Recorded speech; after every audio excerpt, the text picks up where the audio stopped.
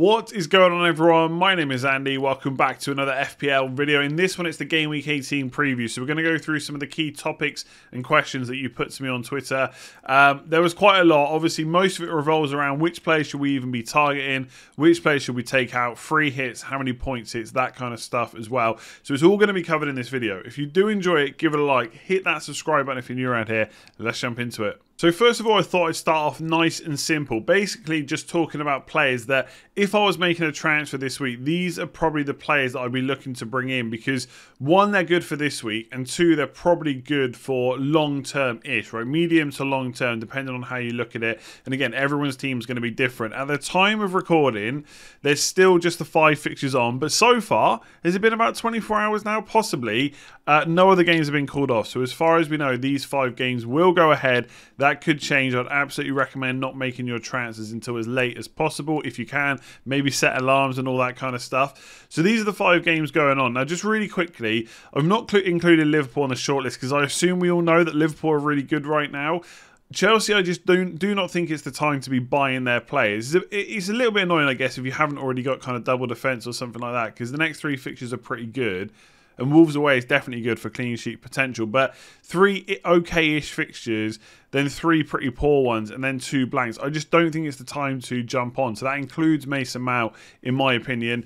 I don't think Wolves are really worth a transfer either. Same with Burnley as well. And the problem with Spurs is we just don't really know exactly who's available, right? Since they had their matches called off, they haven't played one since, so we don't know who's going to be available, and I don't think Conte's really given us too much of a clue, although he did say that Reguilon was back in training. So it's hard to kind of justify because we're not sure about Spurs, but also they're playing Liverpool, right? If it was maybe any other team that's not Man City, Chelsea, Liverpool, you might just go for it for a punt, but I think if you can, I'd probably just hold off one more week. So these are the 4 clubs I think I probably would be looking at, or that, you know, maybe slightly better for this week, right? So Villa, I think there's kind of 3 players, right? Matt Cash is probably the best defender, but realistically, if you haven't got too much money to spend or you want to keep that spot because you're not going to play them every week a bit cheaper, you could just go for Matt Target, but it's only 0.3 million difference. So it might be worth going for Cash. Up front, it's Watkins. They're the only players I would look at. I think in midfield, there's just not many, there are either not many great options or the good options are injured. And up front, Danny Ings, I just don't think we can say for sure that he's going to be starting week in, week out, 90 minutes every week at the moment. He's only just back from injury. And I think Villa have been doing fine without him as well. And I think Watkins is pretty much nailed. So he's probably the one to look at. It is worth noting they play Chelsea in game week 19. So that's worth considering as well. So whoever you bring in, you might not want to play him next week. Although if it's a week like this, you don't care, right? As long as they got a fixture. For Leeds, it's Rafinha. That's it. I wouldn't touch the defence. Bamford's not back. Simple as that. It's just Rafinha. And I do think he's an okay option. Again, he's got a fairly difficult fixture in game week 19 against Liverpool. But while Bamford and co are out, he's on penalties. And if Bamford does come back and take the penalties back, okay, that's not ideal, but that also makes Leeds a better option going forward as well. And Rafinha's got pretty good fixtures from game week 20, so it's only just really that Liverpool game. From Arsenal, there's a few more players. So I think in defence, I just wouldn't go for Tomiyasu unless you were really stuck for cash. I would pay the extra 0.1 for Tierney. I know that he lost his place, now he's just won it back, but I don't think he's losing it again anytime soon unless he gets injured. So he's the one to go for. Ben White if you're strapped for cash. In midfield, I think it's Saka. I think Saka is the best option because you know when that team sheet comes out, he will be on it every single time, no matter what else happens. Of course, there could be standard rotation at some point over Christmas, but right now you know Saka starts. The rest of them, you're not too sure. Right? Smith Rowe comes on, gets another goal. Will he take Odegaard's place? Will he take Martinelli's place? It's hard to really know. Will he just sit on the bench a little bit more? I think Martinelli is the one where last year his underlying stats were really good and he could replicate that again this year with more minutes under his belt. But he is a bit more risky than Saka, so it depends on what your risk appetite is. The fixtures are probably okay for the next 3. Leeds, Norwich and Wolves at home. But after that, you might want to then think about moving them on. So be careful how many Arsenal players you go for. And Lacazette up front. I do think Lacazette for the next 3 weeks is better than Watkins. But Watkins is definitely a much longer term player for our teams, I think. So it depends how long you want him in for. Again, Aubameyang's not going to be available for this fixture in 18, so that might make Lacazette better. But long term, I'm not sure if he's as good an option as Watkins. But for the short term, I think he is. And with Man City, there's loads of players you can consider. I think top 2 for defence are obvious, Cancelo and Diaz. And then I think attackers, it's probably Phil Foden and Jack Grealish. I think that kind of... We haven't had a press conference from Pep because I think he had like an inconclusive COVID test. So I don't know what's happening there and if he will or will not do a press conference. I'm going to assume he now won't. So we don't know what's going on with Bernardo Silva. De Bruyne is quite expensive. And obviously Gundogan is okay if he starts, but you're not really too sure. Whereas I think Foden is fairly nailed at the moment. And Jack Grealish is...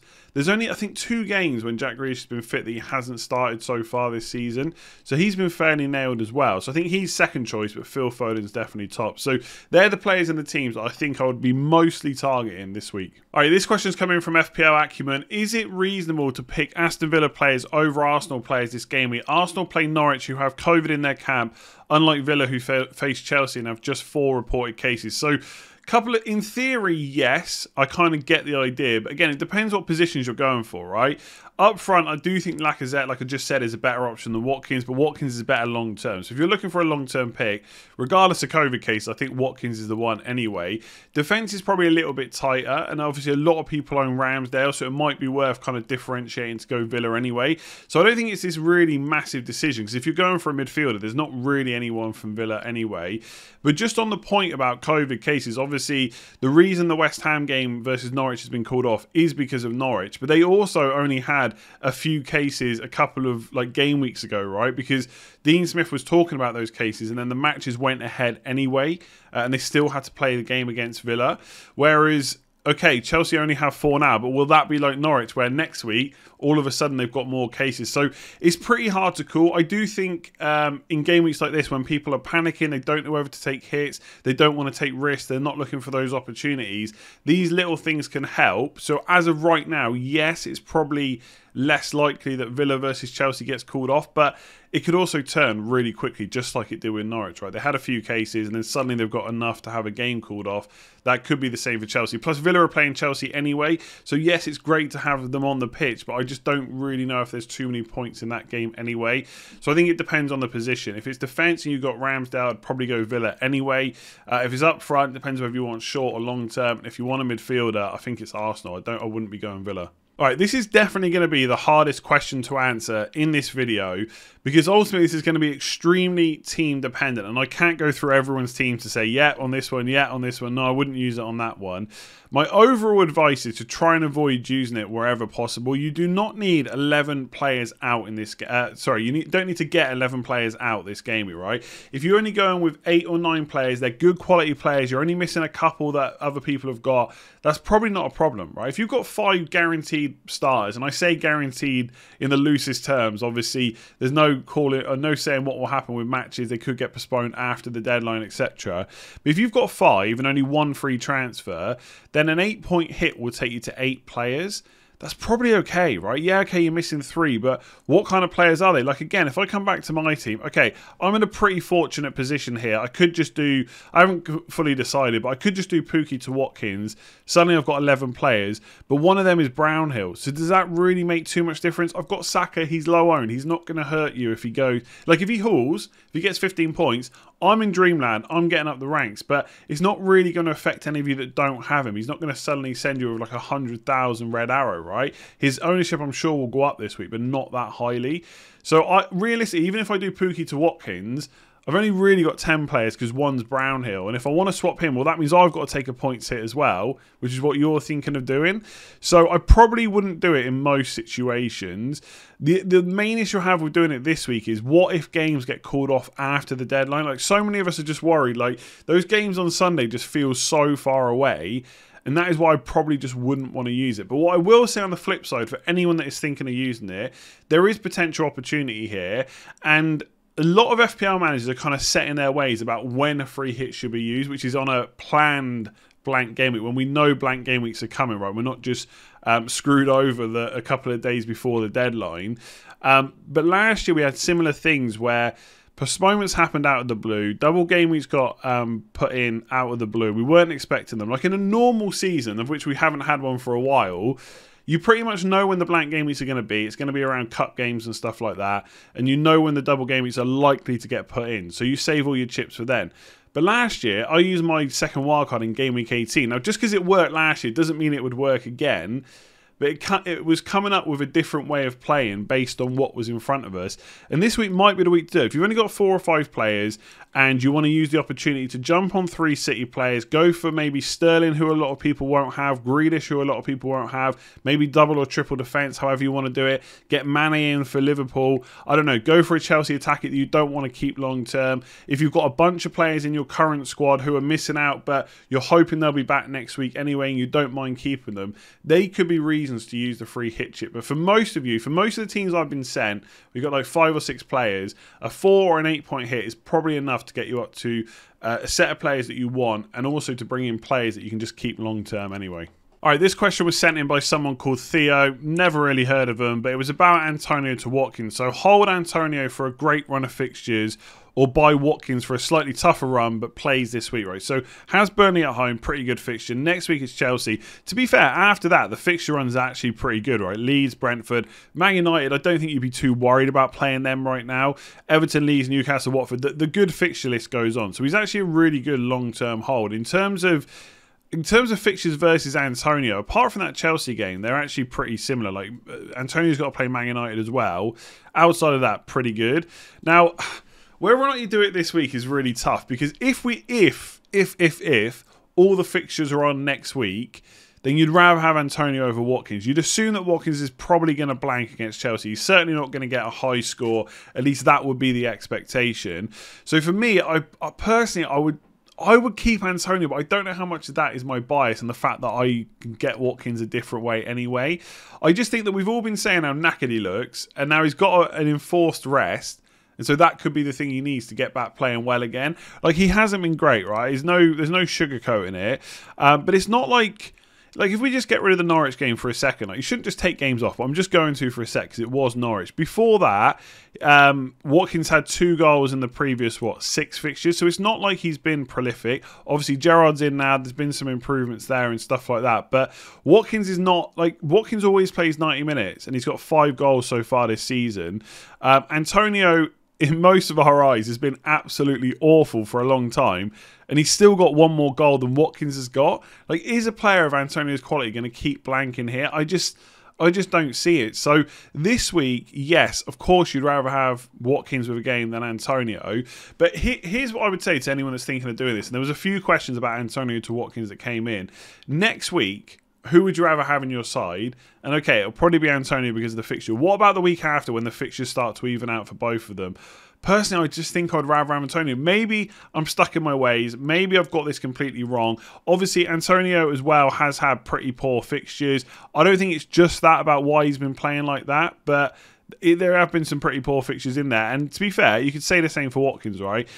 Start of the season, Chelsea, Everton, Man United, Spurs, only 1 goal, 1 assist when he played Wolves. Arsenal, no returns, 1 goal against West Ham. So again, hasn't been prolific in these tougher games either, as you'd expect. So would I do Antonio to Watkins this week? I try and avoid it personally and just do a different move instead. I like Watkins. I actually might bring him in this week for Pookie, but I just don't think I would do it at the expense of Antonio. But that's me. You know how much I love Antonio. Maybe there's some bias in there. All right, so this question's about holding. Should we hold players through their blank game weeks for when the double game weeks get rescheduled? I'm going to be honest, I keep this one pretty short at the answer, and then I'll tell you why.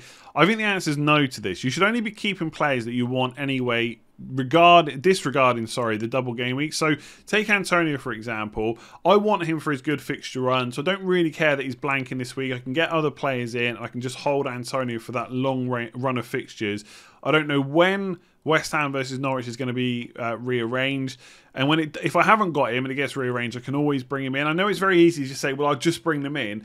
Obviously, if there's suddenly 5, 6 double game weeks all of a sudden in a game week I'm not prepared for, I might be stuck. But we have things like free hit and wildcard to bail us out of those situations, and you would hope that we'll get some kind of notice about when the double game weeks will be.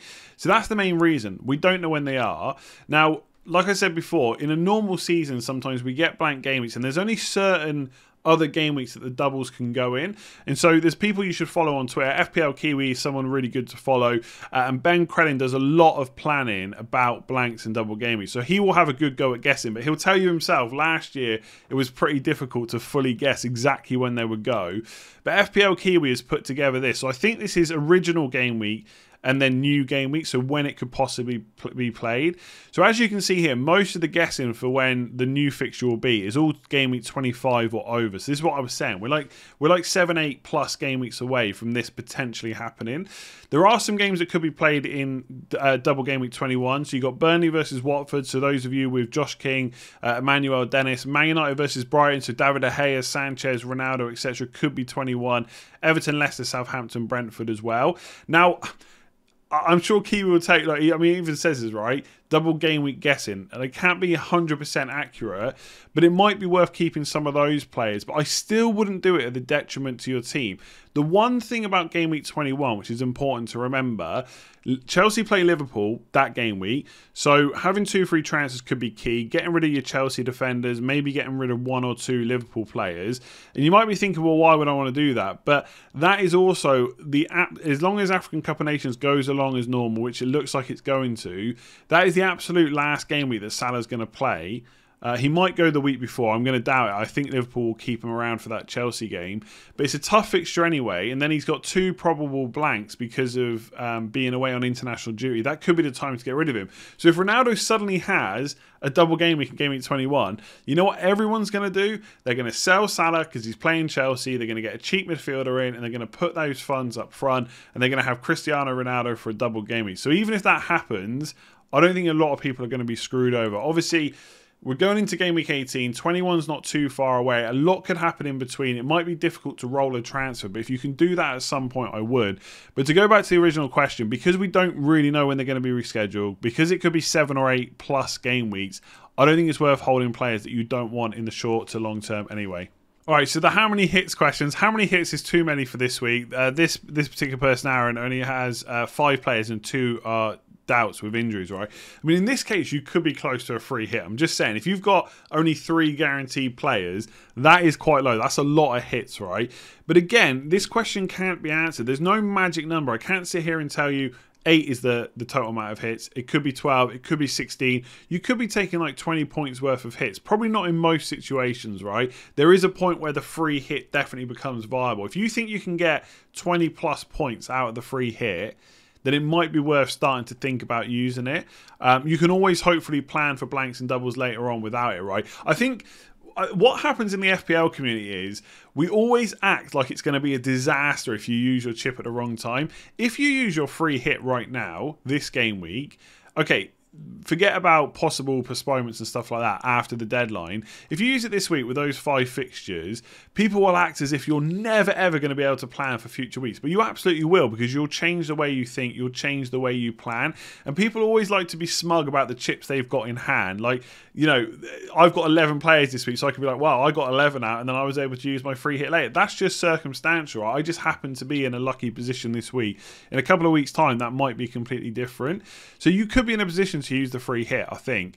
But there's no limit on the number of hits you need to take, right? It's all going to come down to the same as any other hit in any other game week. What player are you taking out and who are you bringing in? If you're doing Antonio to someone for a hit and you're going to want Antonio straight back, you're going to have to use another transfer. That's probably not worth it, right? If I come back to my team, right, I got a lot of money in the bank, right? So Brownhill out, perfectly fine to take him out for a better player that I want long term. That's one transfer. I could take Pookie out for Watkins. That's another transfer, -4. If I had a couple of other players out, let's just say James and Alonso were injured for whatever reason. They're not, by the way, but if they were, then I might take Livramento out for another defender and also take a -4. So that would be up to -8. I'd be okay with going to -8, -12, depending on the team. Any more than that, when you start getting to -16, -20, I think you've really got to give serious consideration to the free hit.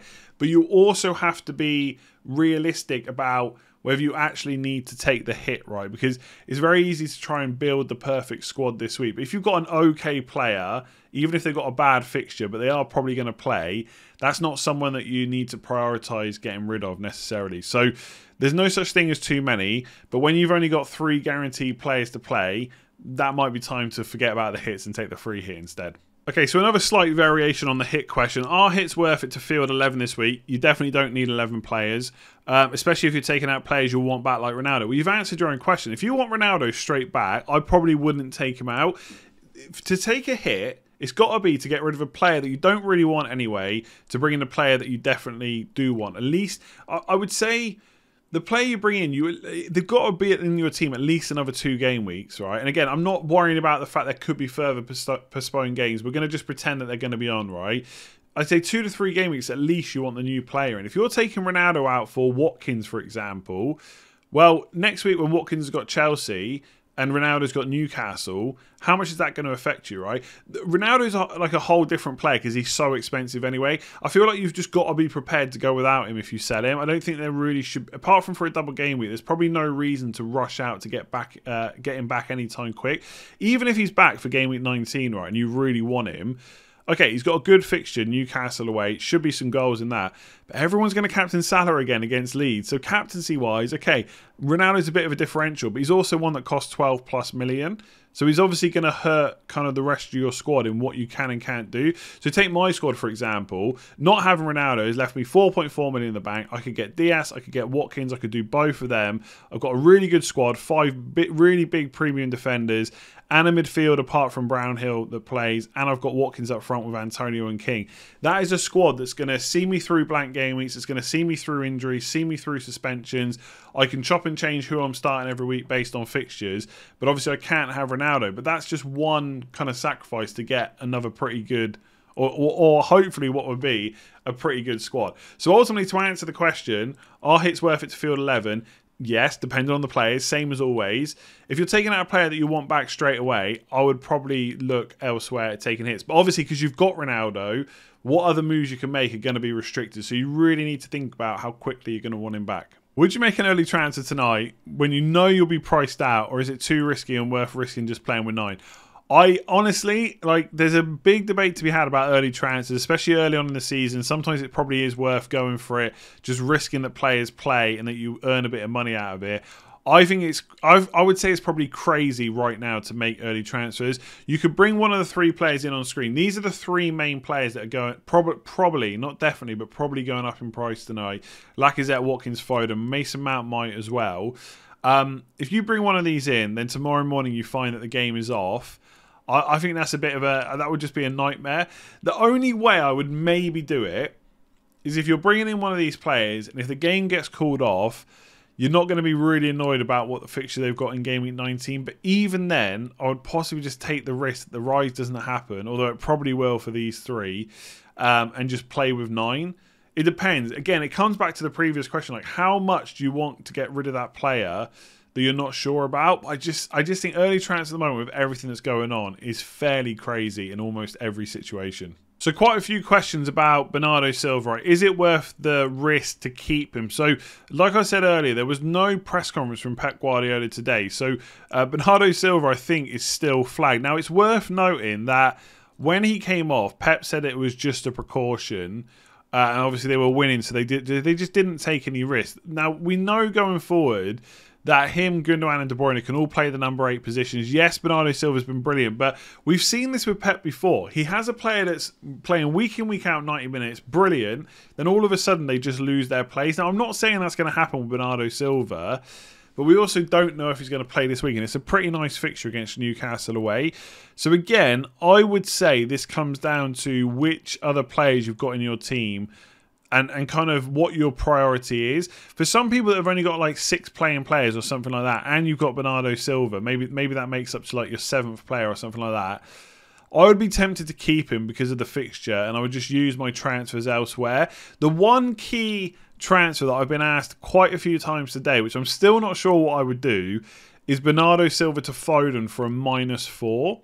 And we find this with Man City players this season. People get kind of cold feet or a little bit kind of worried about a player, and they try and swap to a different one, and then that player misses out at some point and they want to try and swap to another one. But as I've said the last few weeks, I do think when they get equal minutes, Foden will definitely outscore Bernardo Silva, and I also think Foden is more nailed on than people are giving him credit for as well. So I'm trying to think, if I had Bernardo Silva, would I take the hit for Foden?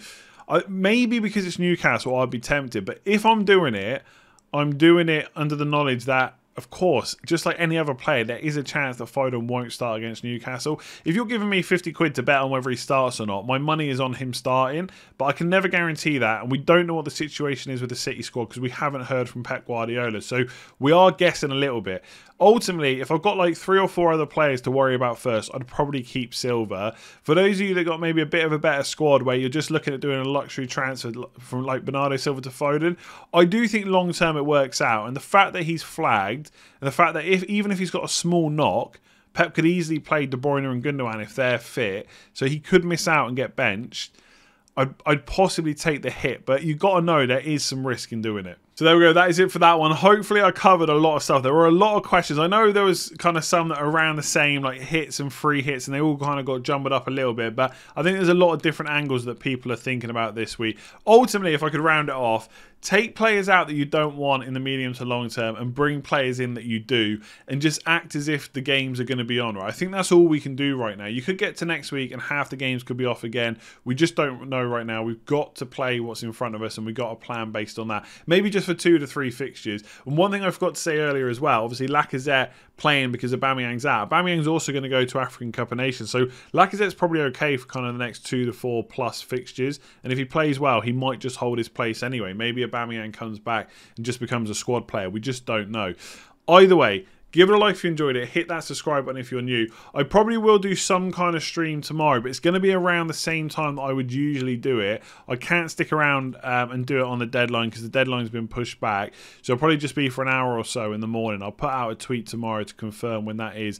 Otherwise, that's your lot for pre-recorded videos this week. Do give it a like if you enjoyed it. Hit that subscribe button if you're new around here. And I'll be back next week after the deadline stream. Obviously, knee-jerk and stuff on Sunday. And hopefully, we'll have 10 matches all to be played on Boxing Day, but I'm sure we're going to get some more news and things are going to develop fast. I'll see you tomorrow.